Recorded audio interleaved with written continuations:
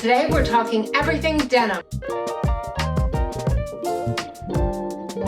Today I'm excited to share one of my favorite fabrics to work with, denim. Hello and welcome back to Sew Pomona. I'm Rebecca and I'm so glad you're here. On this channel, I love talking everything fashion and sewing with a focus on travel and capsule wardrobes.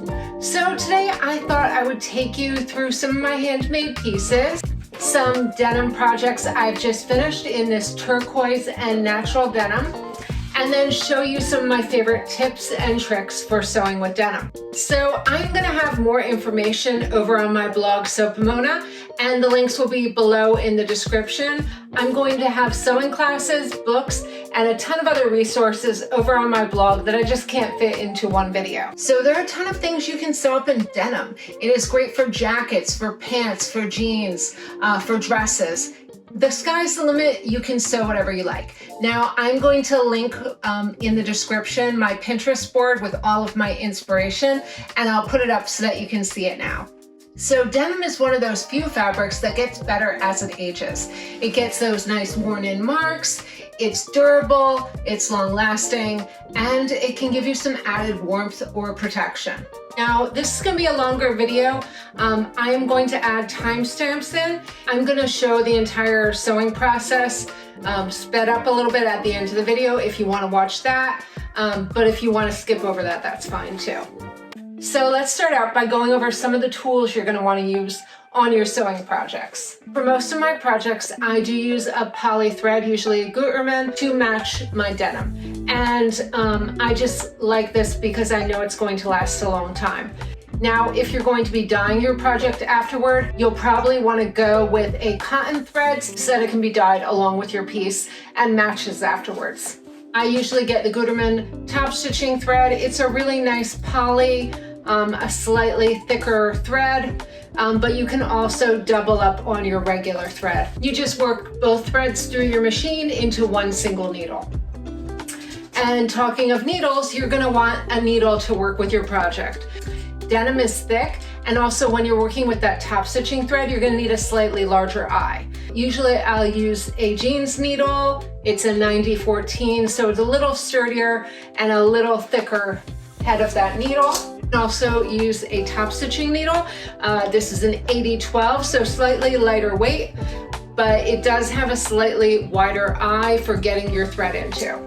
Now, one of my best tips, if you're having a hard time getting that top stitching thread through your needle, I will run it through some wax before I put it in, and then use tweezers to thread my needle, and that just helps get it through the tinier eye if you need it to, so that it's not unraveling on you. Use So Fine thread gloss, but you can get any kind of sewing wax.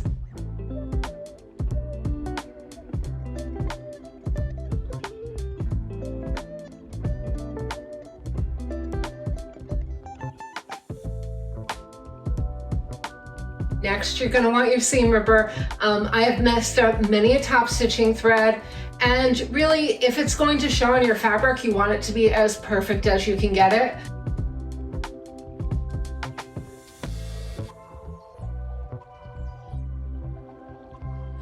Usually for me, this depends on the project I'm working on. With my turquoise denim, I really wanted that top stitching to show, and so it's in a silver color, which is very visible. So if you mess that up, you're gonna see it all the time. Now on my cream pair, I did it in just a shade darker, not as noticeable, so if you screw up a little bit, nobody else is gonna see that. My favorite tool for sewing are my tweezers. I like this really long pair. It has a nice grip, and I use this to thread my machine and also to turn corners and to help guide my fabric through if I need that.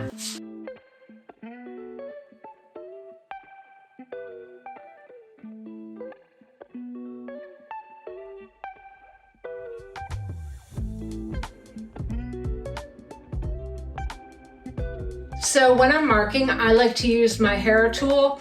This is a quilting tool that I use to mark my lines. It gives you a really straight, crisp line that is totally removed once you're done pressing. But you can also use chalk, you can use a Frixion pen. I like this one the best. And then you're gonna want a hump jumper. When you're going over those very thick seams, you really need something to level that out. You can use a specialty foot on your machine to do that, which will level out the foot. You can use a walking foot in some cases. I usually have webbing lying around in my stash from bag making, and so I will usually just double up a piece and stick it under the back of my foot if I need to get over a particularly bulky piece of fabric.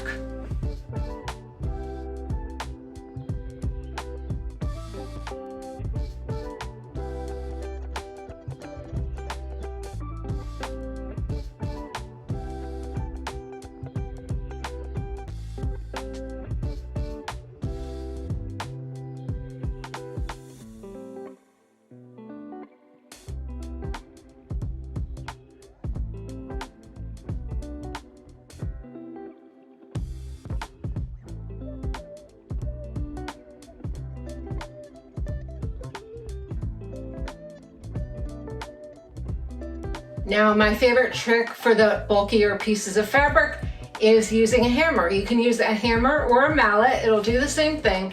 And what you're gonna do is you're just gonna hammer those thicker seams, put a press cloth over top so you're not getting your fabric dirty, and you just hammer it on a solid surface, and you're just gonna hammer away on the solid surface, and then it's gonna help to compress those fibers so that it's easier to sew over.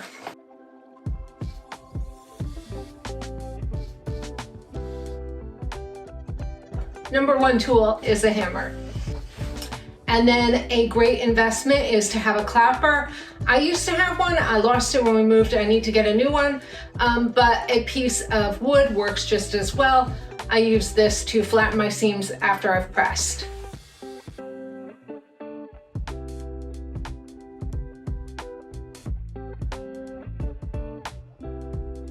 One thing I always suggest is before stitching into your good denim, test out your stitches, test out your top stitching thread. I usually cut out a scrap of fabric and do it through the thickness you're going to be sewing through so that you can see how it's going to look. Of course, you're going to want to pre-wash and pre-shrink your denim. Raw denim, you may not want to do this too. That might be a little different, but in general, I like to pre-wash and dry everything just to get rid of any extra shrinkage. Later on, I don't have to worry about my yardage. And I will say one thing I often do with my jeans when I'm sewing them is I will leave the hem a little longer or just do a very basic finish on the hem and then make sure it doesn't shrink up before finalizing the hem. Because I find that I don't usually have a problem width-wise, it's lengthwise I will sometimes have some shrinkage. So let me start out by showing you two of the projects I've been working on over the past month. First up, I made this pair of natural denim jeans. This is the California jean by Atelier Scammit, a French indie designer. And I made it in this gorgeous natural 10.5 ounce denim from Core Fabrics. Now, I was wearing these in my last video. I sewed up these, I filmed the whole process so that you can see the major parts of me sewing this. I used a front print for my pocket lining. It's got a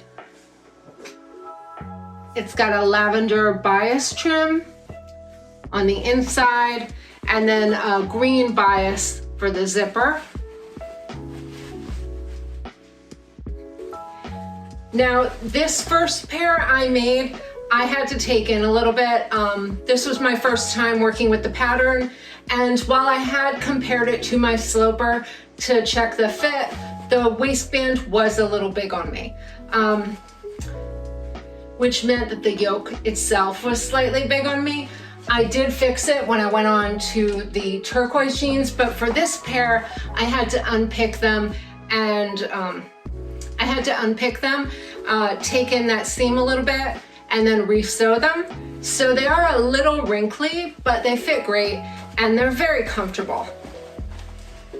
And I feel like any first any first few times you try a pattern, the first one's never going to be perfect. It's still going to be wearable and it will last a long time, but the second version is always way better. For this pair, I went with almost completely the instructions from the pattern, which are really great. There are pictures as well as written instructions to go through step by step. I believe there's a video tutorial as well on her YouTube channel. So, and this I got the PDF pattern. It comes in French and English. So I always look for her patterns that come in both languages. I really loved the construction of this pattern, the way the waistband was formed, the way the belt loops are installed. I just thought it made a lot of sense and it was really easy to follow along. I really like the shape and the styling of this. It's got a nice fitted waist, but it flares out just slightly at the hips and then down to the floor. So a nice classic wide leg pant. It's got really nice pockets, a zipper fly with I used a button closure. I just sewed on my button, but you could also get the type that I'm going to show you the inside, but the whole process of me making these was filmed, but I just wanted you to see what they look like on the inside. So they've got these really nice floral pockets in a lighter weight cotton. The inside is finished off with bias tape.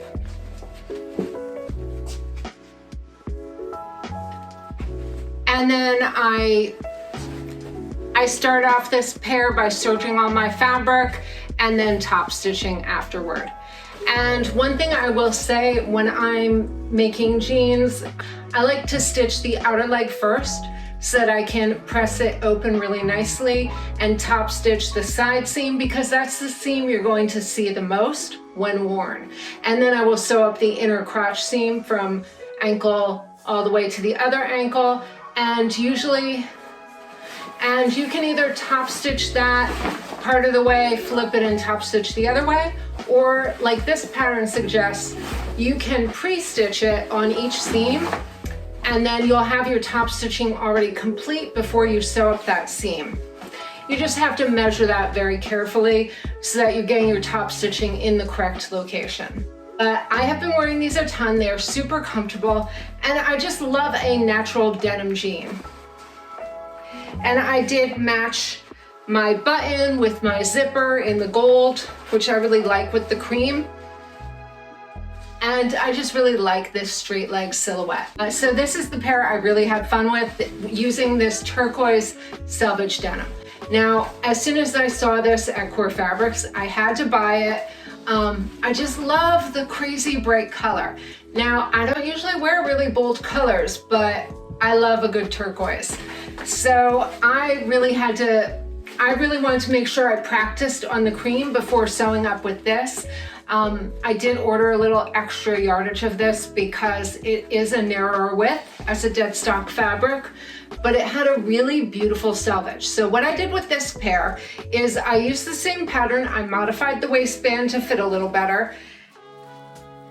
And then I cut it so the selvage was on the side seam. So what you do for that is you straighten out your outer seam so that it can go straight down. And usually you will modify your pattern if you need to the rest of the way. I usually just shift it so that it's straight. So you can see on the interior leg, there's my selvage. And I just wanted to show off that, I just wanted to be able to see that selvage when I take them off because I think it's really beautiful and you can really see it in the side seam. So I really love how this pair turned out. I like looking at that on the inside every time I see it. So because this fabric was brighter, I decided to use a more contrasting top stitching thread. Now, I am not the best top stitcher in the world, so I tried to go slowly and take my time getting a good top stitch. I'll show you my pockets. And one thing I will do is, I find one of the most important parts is getting that yoke as perfect as you can. And so what I will do is when I'm attaching the center back seam, I will make sure I'm pinning it perfectly in place, and then I will hand stitch it before putting it on the sewing machine so it doesn't shift on me. So for this pair, I also used a gold zipper and button. I did not bias bind the interior. I didn't really feel like it needed it.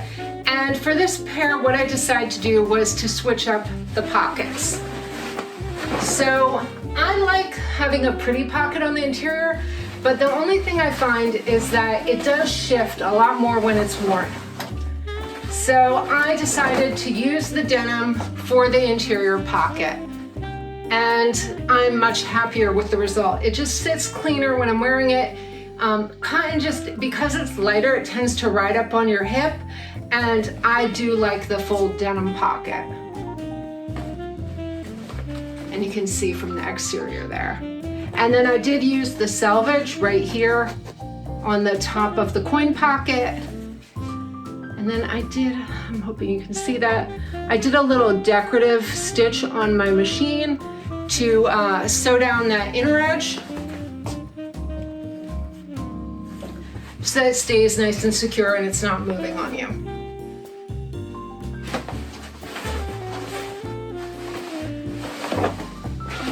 So those were really the only modifications I made to the pattern. I really love how this pair turned out.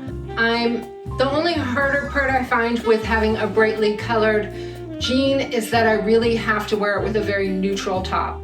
I just feel like it competes too much to wear with another color. So mostly I've been wearing this with white t-shirts, but I have a ton of white t-shirts, so that's really easy and no problem. So this denim is a little heavier.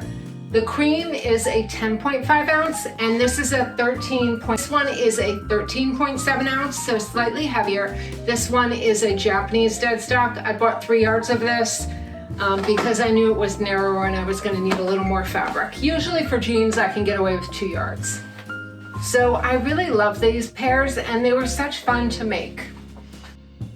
Now, I will say when I'm sewing with denim, I prefer a non-stretch denim. I'm going to show you a few pieces here. I have a few that are stretch denim and a few that are non, and I find the non-stretch lasts longer. It's just a harder wearing fabric, and eventually that stretch does tend to deteriorate a little bit, and it just leaves you with a jean that is not the same as it was when you first made it. So let's go over some of my makes. We're gonna go from the most recent to the oldest, and I'm gonna have more of these on my blog because I have sewn with a lot of denim. This is a pair I made this year. This was a self-drafted wearable muslin. Now, unfortunately, this pair is a little big on me right now, so I have not been wearing it, but my size tends to shift, so I figure either I'll be wearing it again or I will make it smaller sometime in the future. Love these little pockets I put on, and then the buttons up the side. It was made in an 11.5 ounce non-stretch denim. It is an Echo Stonewash denim from Core Fabrics. And I just love this rich blue color. I did 2 darts in the back, and it is a cropped length with a wide deep hem. And I shared this in my January-February makes video, so I'm gonna leave that link up here as well as below if you wanna go see. I believe I tried them on in that video, so you should be able to see them there. All right, so next is the pair I am wearing today. I'm going to turn my camera so that you can see them. So this is a pair that I made last year and then I modified. So they were a little too big, and then the other problem was I was never happy with the zipper fly. So I did switch these up. I used a different denim I had in my stash, and I redid the waistband. I also redid this pocket because when I was redoing the front, I had to switch things up a little bit. And after I made it a little smaller, the pockets looked a little weird on the front. I did remove the pockets in the back, and you can see that they have an imprint from the the way they were before. I'm thinking I might put them back on, but I wasn't sure if I wanted them at the time. So this is a nice wider leg. I did have to take down the hem on this pair. So let me see if I can show you that. So you can see the old hem kind of shows up there. And I'm wearing them today with my new sweater. This is the Tabor V-neck from Sew House 7. I love this pattern. I did the View C with just the regular sleeve. It does have a longer sleeve that you can put on it, but I love this V. Try and see if you can see it really well there. It's just, I got the most perfect V on this, and this was the rest of that Amore fabric that I showed in the last video. I had a bit left, so I made this little top to wear as well. And I just love this color. I've been wearing it all the time. So the jeans I'm wearing were originally Butterick 4659, which if you've watched the channel for a while, you know I've made that pattern a lot of times, but now they've been remodified again. And this is something I will often do with my jeans. Sometimes I'll change them up if I get bored with them to try and extend their wear.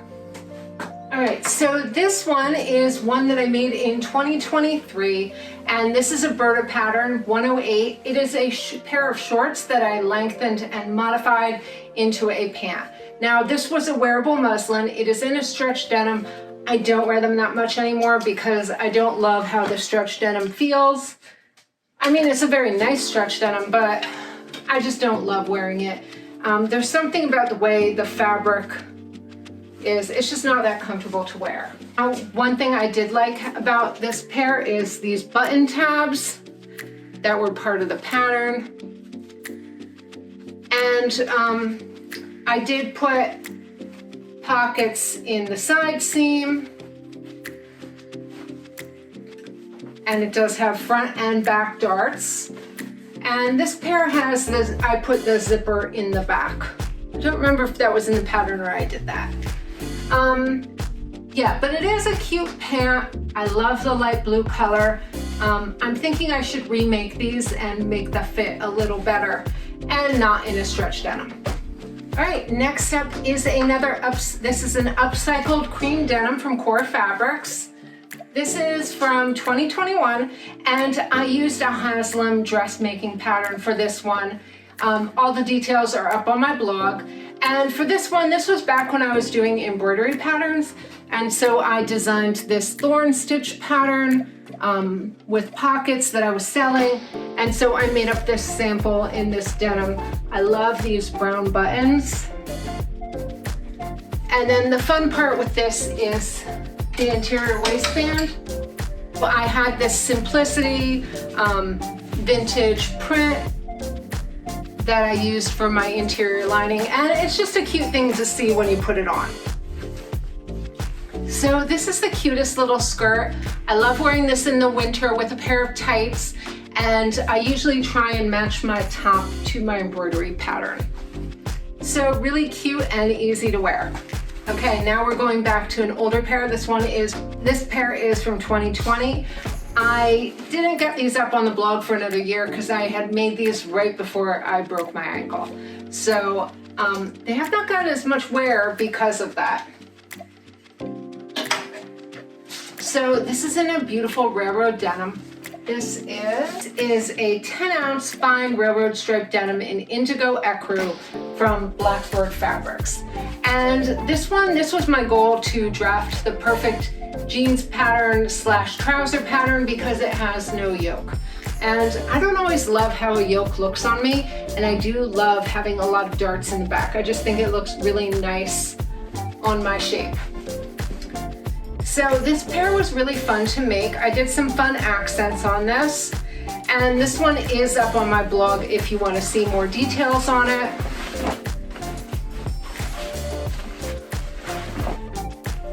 So on the waistband, I used the Selvedge for the interior to close that off. I did these fun button tabs that they unbutton with a little triangular closure. Yeah. which I thought was a fun feature for these. I used a rust fabric I had left over in my stash for the pocket bag. And I kind of like how that kind of peeks out there. I really like a rust with a railroad print. And then I used a fun novelty print for my zipper shield and a bright orange zipper. So this is a lighter denim at 10 ounces. And this one I do get a little more wear out of because it is a lighter denim and it's not so hot, especially here for Florida. All right, back to 2019. This is a pair that I just got back. My daughter had stolen these from my closet. She was wearing them a lot. They fit me again, which I'm very happy about. This is a 13-ounce denim from Blackbird Fabrics, and I just love this light wash. It's got a very small yoke. This is also a Japanese light wash denim, and I self-drafted the pattern. It's got a zipper fly with a button closure, and my pockets are in a lighter cream cotton. And this is a cropped length. So really cute. This one is on my blog as well if you want to see that one. Now I have a bunch of other ones that I'll have linked on my blog that I don't usually wear anymore, but I had to take you back to 2019, this pair I made. And if you go back on my blog, you're gonna see how much these have faded and been worn.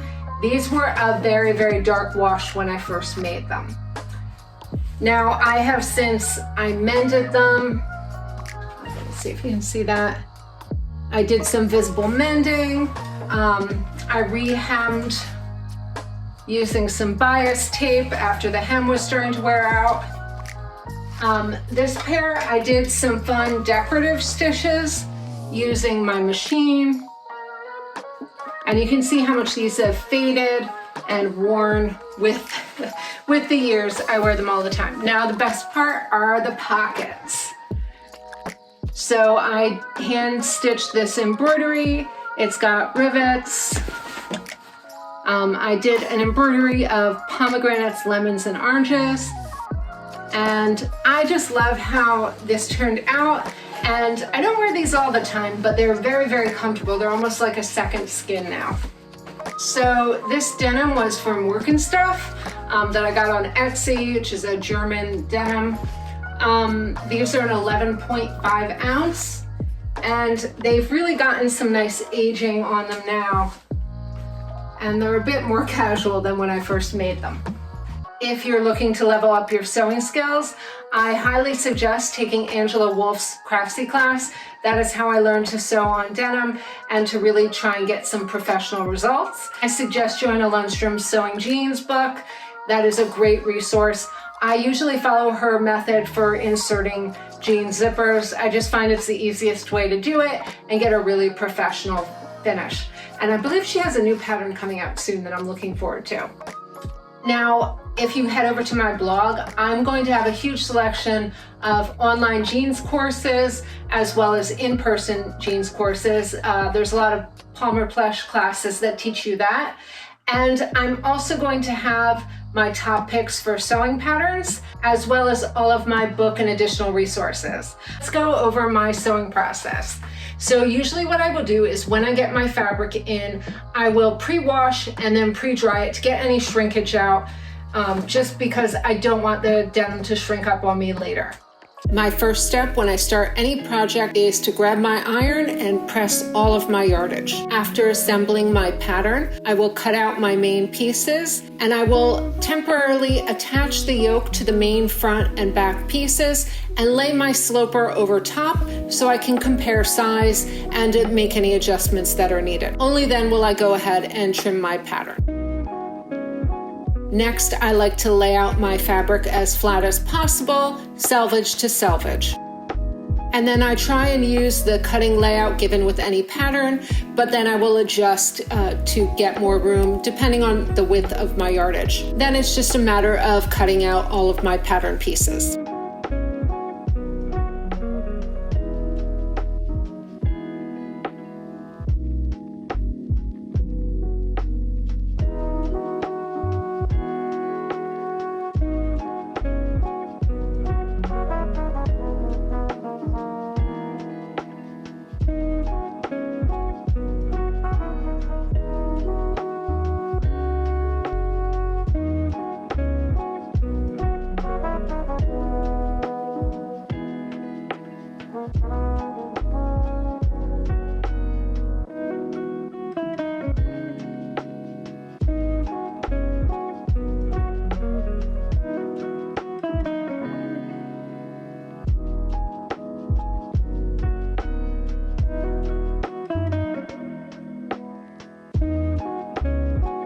everything is cut out, I like to lay it out on a flat surface so that I can make sure I have all of my pieces and decide what I'm going to pre-serge and what will be left as is. When I'm sewing with denim, I do like to pre-serge as much as possible because those seams can be a bit narrower and it's easier to do this in advance.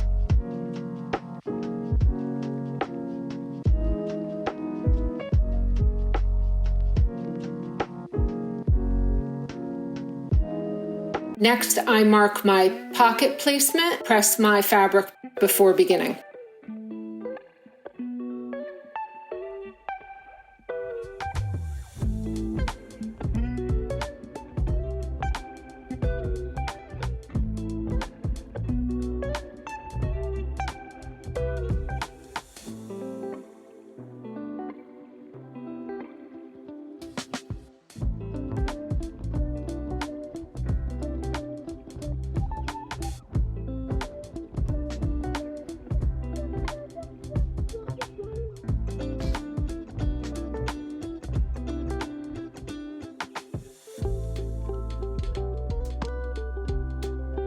One of my favorite parts of this Atelier Scammit pattern is the method of construction on the back yoke.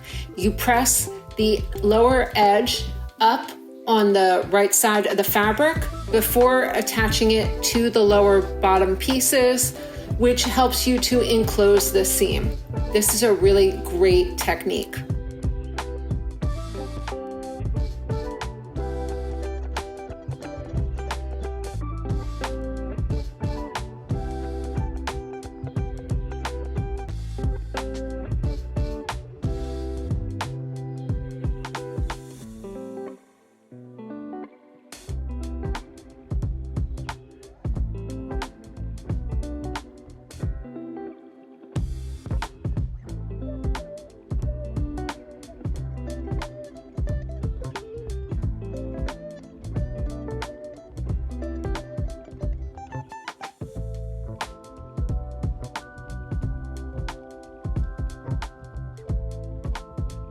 My preferred pocket method is to treat my lining and main pieces as one. So I will serge them together flat.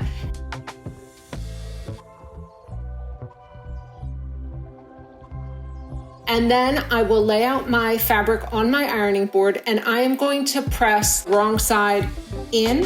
And then I'm going to sew 2 seam allowance seams on either side of that pocket. And then I'm going to flip it right side out using my tweezers.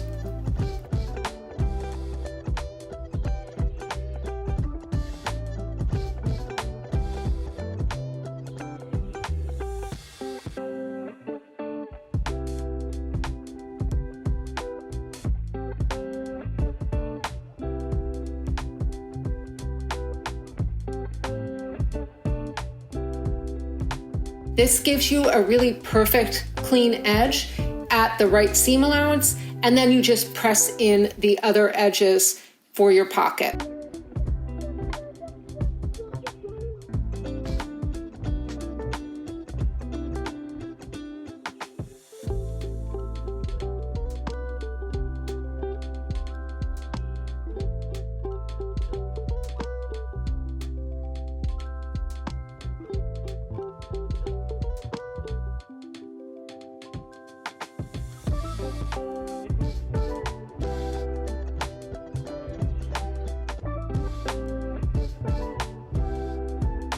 I've switched to top stitching thread and I'm going to do my seam on my outer pocket from one side to the other.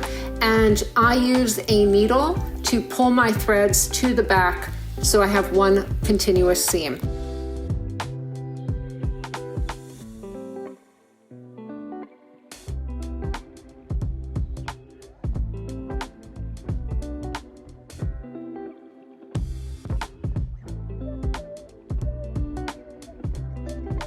Next, I will pin my pockets in place on the back pattern, and then I will top stitch them down.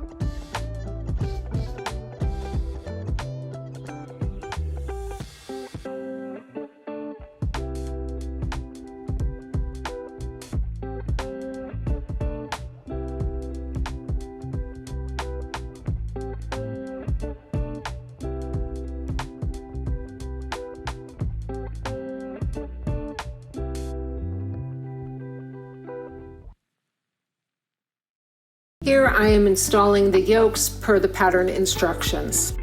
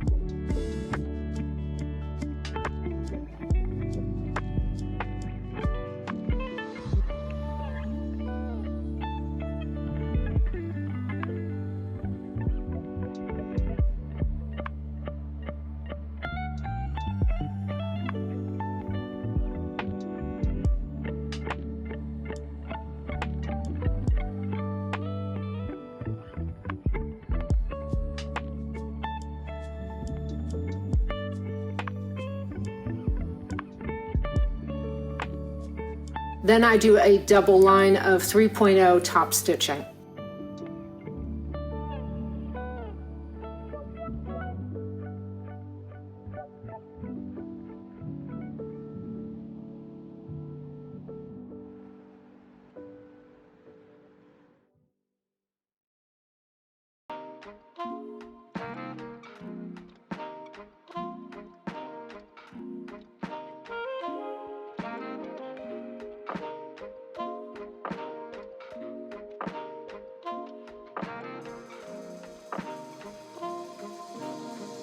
Next, I will grab some pins and I will pin my center back in place, being careful that the yokes line up exactly and that the top stitching is matching. Then I will grab a sturdy needle and I am going to baste that in place before bringing it to the sewing machine.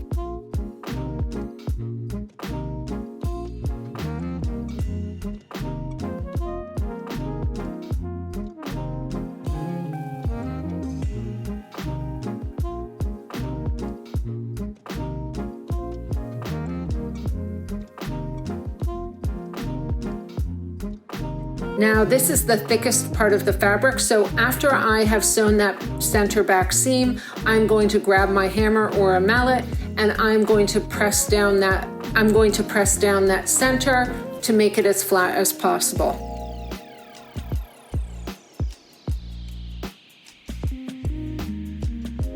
Now we're moving on to my block fusing. For the waistband, I interfaced with a lightweight fusible all of the back pattern pieces. This is a double waistband that is in 3 separate sections, a center, a right, and a left.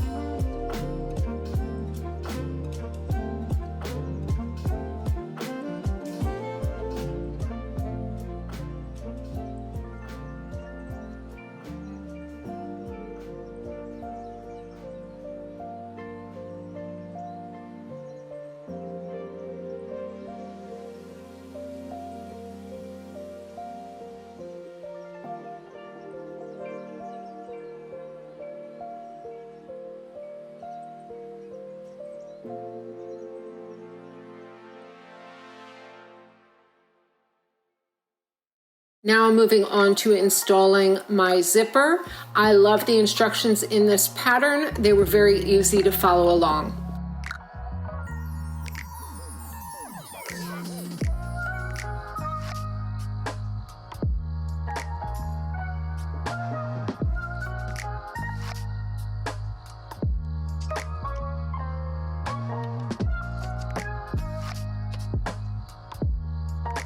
The finishing on this pattern gives you a beautiful interior with that bias bound edge on the zipper fly.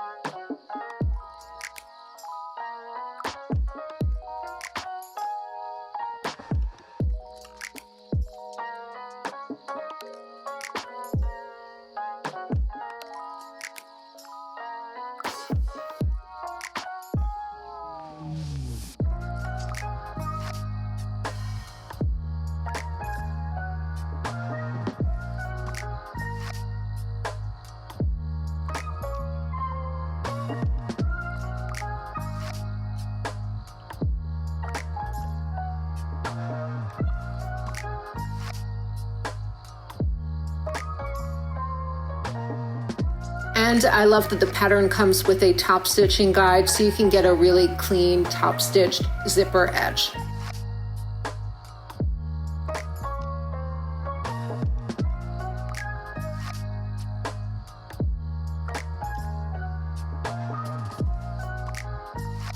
When I'm sewing through this really thick area of fabric, I just go really slow and I will hand crank the stitches. And if I get to a part where I think it's going to skip, I can always go back in with a needle and thread and fix any stitches if needed.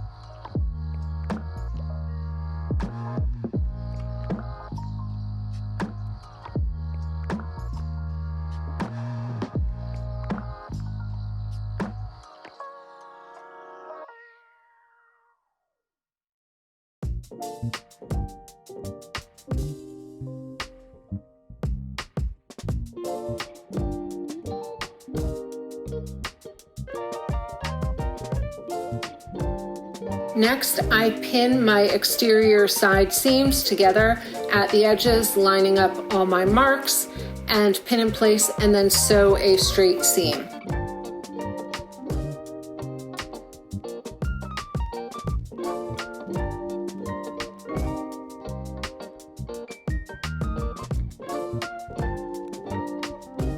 This is why I do the outer seam first, because you can see how flat I can get it to press so that I can have beautiful exterior top stitching.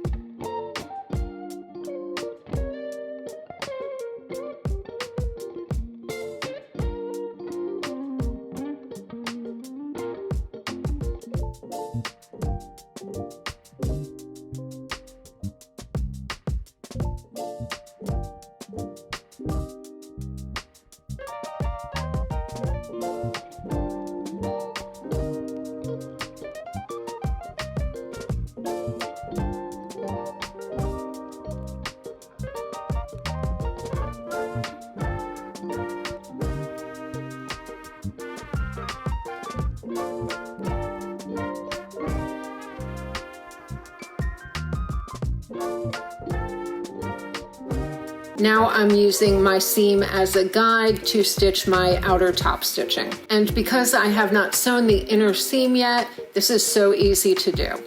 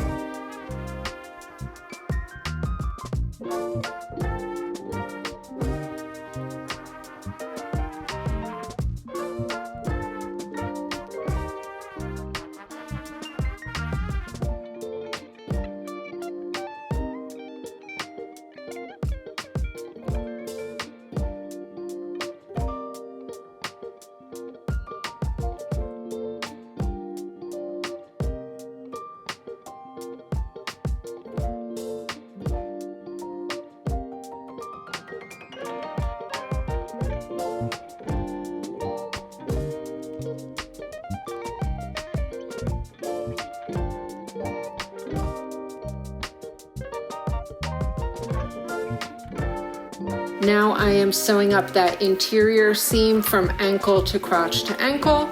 And for this, you can also do your top stitching before you sew this seam, which makes it way easier. You just have to measure carefully.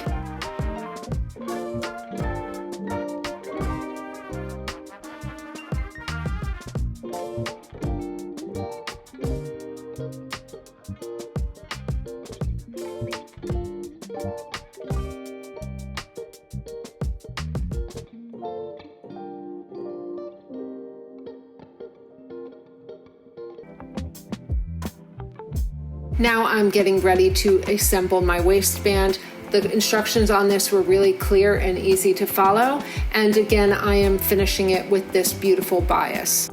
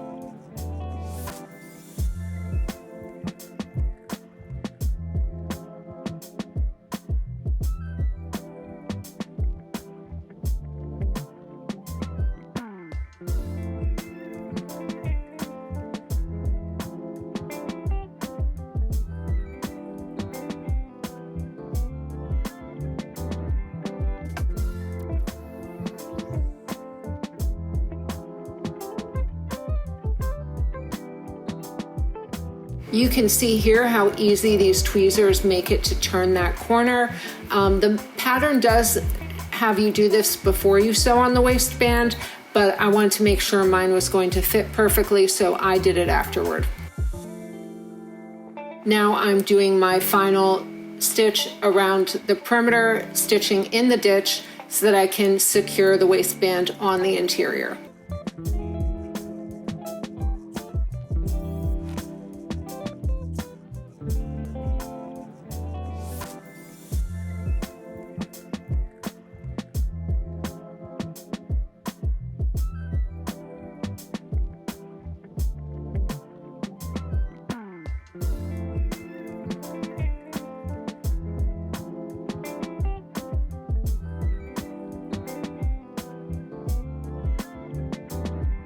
And here's where this basic machine does the best job on buttonholes.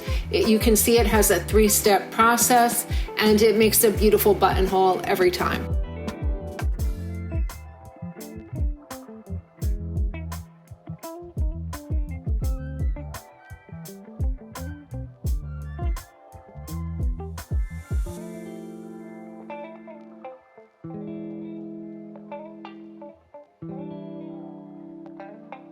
And one of my other favorite tools that I forgot to mention earlier is my button cutting set.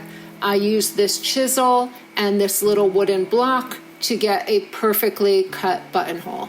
And after a simple hem, my jeans are complete. So I hope you found all these tips helpful and it's going to inspire you to go out and make your own pair of jeans.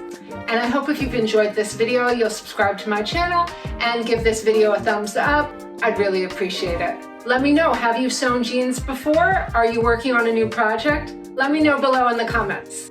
All right, that is it for today's video. Let me know if you have any questions below in the comments. And until next time, happy sewing.